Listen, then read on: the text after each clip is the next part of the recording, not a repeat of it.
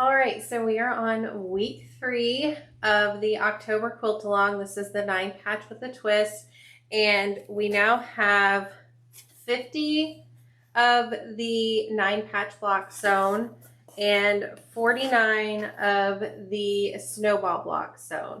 So now it's time to bring these together into rows and bring the whole quilt top together. So I'm going to show you how I'm going to bring my quilt top together and kind of give you a few other ideas that might work better for you. So let's get started. All right, so now how I'm going to bring this quilt top together is I'm going to sew my rows together. If you look at the pattern that I gave, you can see that the first row starts with a 9 patch block and ends with a 9 patch block, and they just alternate back and forth. So all the rows are going to have 9 blocks in them, and there'll be 11 rows. You'll start with a 9 patch block, do a snowball block, a 9 patch block, and the row will end with block number 9 being another 9 patch block. Now row 2 is going to start with a snowball block, then alternate back and forth between a snowball block and a 9 patch block, and it will end with block 9 being a snowball block. So each row will start and end with the same block, and they're going to alternate back and forth for 11 rows. So what I'm going to do, because this is kind of a quilt with a scrappy feel to it, I'm actually not going to put all my blocks up on my design board or lay them out on the floor and see how they all look. I'm just going to sit and sew each row one at a time. So what I'll do is bring these boards over to the sewing machine, and I'm going to grab a 9 patch block because that's what the first row starts with, and I'm going to grab a snowball block, put them right sides together, and sew a 1/4 inch seam along here. Then I will just open up that row so far, so these are sewn together, and then I'll add on a 9 patch block right sides together and sew it. And I'll keep doing this until I have 9 blocks in the row. Then once I finish this row, I'm going to move on to row 2, grab a snowball block, put a 9 patch on next, sew a 1/4 inch seam with them right sides together, and then add on a snowball block, and keep doing that, building, alternating back and forth between a snowball and a 9 patch until I end on block 9, which will be another snowball. So I'm going to keep doing that until I have all 11 rows sewn. Now, if that's not an option for you, if you like to see how it's going to be all laid out before you start sewing, then you could put all of these up on a design board and sew the rows that way. So what I like to do, if I'm going to do a layout first, so I'll have all 9 of these laid out. So let me get them. You won't be able to see some of them because they're going to move off camera, but I'm going to get the whole row. And what I would do if I were you is, if you don't have some marking pins, so this has a number 1 on it, and then number 2, I'll put a link to how I made these, but there are some that you can purchase. But the marking pins come in really handy, because if this is my row 1 that I've laid out on a design board in a very particular order, what you would do is mark the first block in the row with a marking pin for row 1, and then take your block and lay it on top of the next block in the row. Take all of those and lay it on the 3rd block, all of those and lay it on the 4th block, and so forth. So I'll have them all stacked up on top of each other. So I have all 9 blocks in the order I had them lay out, all stacked up, and I know this is row 1 because it is marked with the number 1. So what I would do is put that pile onto a design board and take it over to the sewing machine. Now, what you're going to do when you get to the sewing machine is you'll take your block 1 that has the marker, and then grab your block 2 lay them right sides together and sew your seam. And now this is where the marker also comes in handy, because once you sew on the third one, if you don't have a marker showing you which one was your first one in the row, you could get mistaken and think this is the first one. It could get turned the other way and you don't know for sure what is the first one. And if you really like the layout, that might bother you. But if you have a marker on there, you'll always know what is the first one in your row. And so you get these 3 sewn on, and then you'll have block 4 on the pile and know that that will go on the next one. You'll sew a 1/4 inch seam. You could also, if you want to do a bunch of these piles at one time over at the sewing machine, so if you have another design board with a stack for row 2, once you take up your first one and you have 2 stacks here, you're not having a marker on any of the rest of the rows. How are you going to keep them straight? So something you could do is make extra markers. So I have like an A here. I could put that on the board so I know this is my design board for row 1, or you could have another one with a 1 on it. I've also used alphabetties. I don't like using them on my blocks because they're so heavy and they kind of weigh the block down. But I've also taken these and clipped them to my board so I know what order my boards are also. So that's a way you can stay organized as well. Hopefully one of these methods will work for you when bringing all these rows together. Like I said, with scrappy quilts like this where there's kind of, you know, no particular design to them, I like to not stress over the layout for them. But I know everybody's going to feel different, and some people are going to need to have that layout there and make sure that they like it, and that's okay. We all have different personalities. So hopefully one of these methods will work for you to get this quilt top together. Now I'm going to bring these 2 piles over to the sewing machine and I'll walk through one row of how I'm going to sew it together so you can kind of really see it in action instead of me just, you know, saying how it's going to come together. Then after I get all of the rows sewn, I'll show you how to press them to make sure they come together really nicely as well. All right, so we're going to be sewing row 1 here. So row 1 starts with a 9 patch. And so I have that laid out, and then I'm going to grab a snowball block from my pile and lay it next to it. Now, one thing that's nice is because you can lay this out like this, you can make sure that you like how the squares are going to come together, squares and triangles, I mean, and make sure you like the way it looks. I'm not going to worry about it too much. I'm just going to kind of put them together because they're such small little blocks. It doesn't bother me that these are right next to each other. When I see the quilt as a whole, I think it will look fine.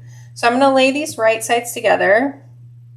Now, something you can do here is put a few pins in to make sure it stays lined up nicely. So if you wanted to do that, something you could do is make sure the block is lined up and put a few pins in at these seams here. So it's all lined up nicely, and then you'll just sew a 1/4 inch seam across here.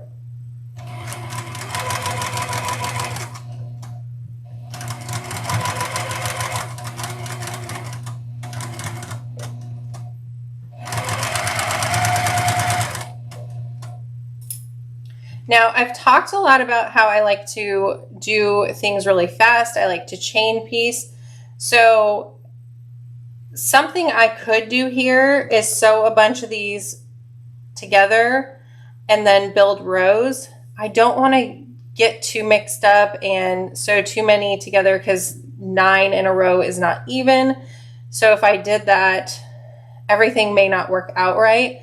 So in some instances, I think it is important to kind of work slow and not have to rip seams, not have to get mixed up.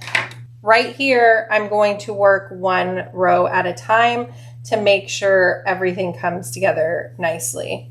So I'm sewing a 9 patch onto the other side of the snowball block, and the one thing I need to make sure to pay attention to is that I only sew 9 blocks onto this row.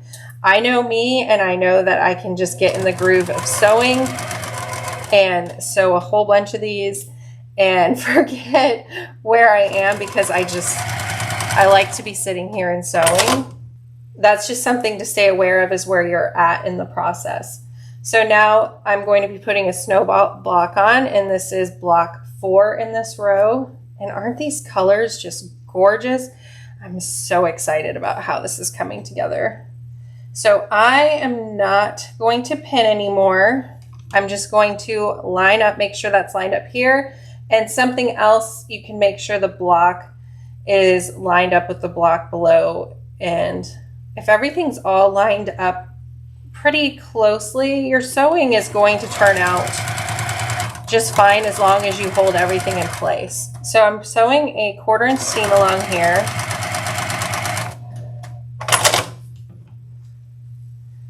And they lined up pretty good without pinning. So I'm not worried about it. So now we're gonna do block 5 for this row, and that is a 9 patch. You guys, I am just loving these colors. I can't wait to see this quilt top finished in this color scheme.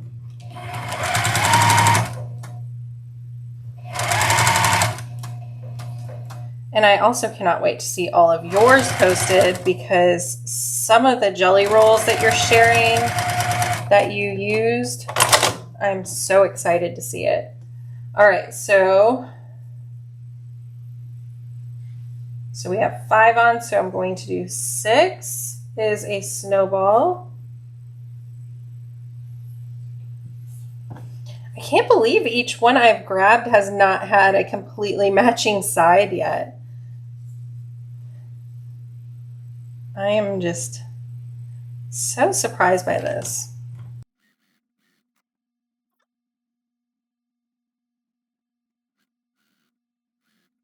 And now we're going to do block 8 in this row.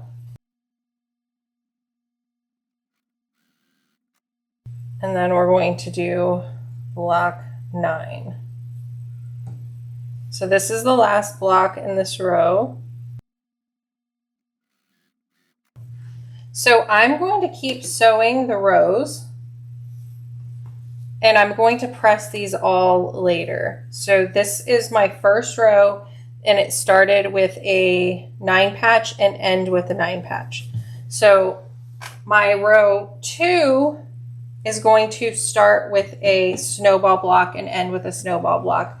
And that's so that we'll still get that checkerboard look of alternating between a 9 patch and a snowball. So this block will start with the snowball.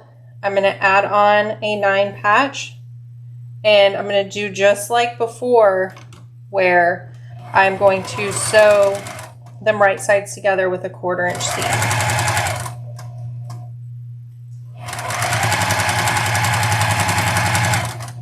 So I'm going to sew across there, then I'll add the snowball block on and keep going until I get 9 blocks in this row. After I finish this row, I'll start my 3rd row, and it will be basically the same row as the first row. I will start with a 9 patch and sew a snowball block onto it. So I'm going to work through these and get 11 rows finished. All right, now all the rows are sewn together. So I have 6 rows here that start and end with a 9 patch block, and then I have 5 rows here that start and end with a snowball block. So let's talk about pressing these. So we have all these seams that join the blocks together.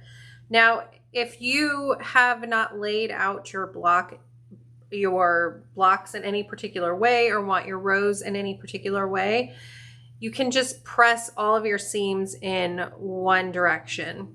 So I'm going to press all of my seams for the 9 patch blocks in one direction, and all of the seams that start and end with the snowball block in one direction. You'll see why it doesn't matter which way you press them as long as they're all going in the same direction.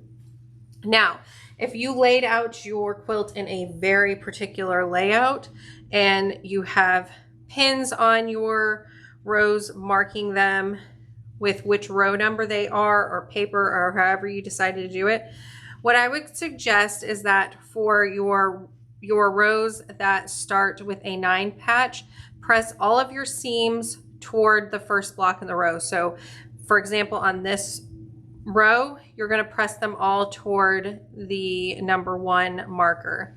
And then on all of your snowball blocks, press them to block 9. So press them all to the right.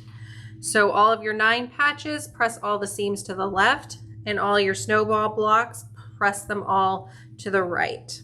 So I'm going to get all of these pressed, and I'm going to show you why it is important which way you press them. All right, so now that I have everything pressed, you can see here I have all of my seams pressed in one direction. So here they're laid out where they're all pressed to the right. Now, the reason I said that no matter how you press these, as long as they're going in the same direction, is because you could just turn this and it'll work out fine, because each side starts and ends with the same block. Now, if you wanted this to lay out in a certain direction, that's why I pointed out that you could have all of your seams pointed to the left on the 9 patch and to the right on the snowball block. So what we're going to do is one at a time pair 2 of these together. So I have a block that starts with a 9 patch and a block that starts with a snowball. And what I'm going to do is bring them right sides together. And I've mentioned before that I don't often use pins,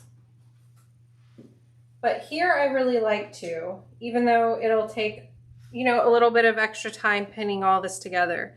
Now here's why it's important to pay attention to how you're pressing your blocks, because if you pressed these in any different direction, they may not meet up nicely. But since we have them all pressed going in one direction, we could turn this and get them to line up nicely. So I have my snowball block pressed to the right and my block that starts with a 9 patch pressed to the left. So when these seams come together, they're laying in opposite directions so that it reduces bulk, because this seam is laying over to one side, the seam's laying over to the other, and you can kind of bring your fingers together and feel them meet nicely. So I'm going to put a pin in here and hold that in place so that when I sew across, everything keeps lined up. Now, if I didn't put pins in, what can sometimes happen is as I sew along this really long seam, my bottom row will get fed through the feed dogs nicely, and then this one could stretch and get all out of order. And when I get to the end, I'll notice that maybe it's a ½ inch off, or a quarter of an inch off. And the pins just really help hold it in place so all the blocks stay nice and even. So I'm going to keep going through here, and I'm going to pin at all these seams. I'm just going to bring my fingers together, hold it, and put a pin in. Now, something you could also do is put a few extra pins just to make sure everything stays lined up as you sew. This is really something I like to do when I'm sewing these long strips, and I also do this when I sew borders. I'll put pins throughout just to make sure everything stays nice and lined up. And look, they're meeting up really nicely. Each time I get to one of these seams that I pressed, since they're laying in opposite directions, I can really feel that they're nice and lined up. So I almost have all of the seams pinned. All right, so there we go. So I have this all pinned together. Now, since I don't mind if mine go together in a certain order, I'm just gonna pin all of these at once and then sew my 1/4 inch seam across here. Now, what I like to do is after I sew my 1/4 inch seam along all these, I like to press the seam then, even though that seam doesn't really affect the next rows that I sew on. I like to have it pressed because it's a lot to press a big quilt top at once. So after I sew all of them, I like to go ahead and press them then. So I'm going to set this one to the side, and then I'm going to sew 2 more of these together. Now I'm always going to lay my 9 patch on top and the snowball on bottom, and then fold them down to meet right sides together. And then I'm going to go ahead and pin all of these seams again. So I'm going to line it up and meet them, put a pin in it.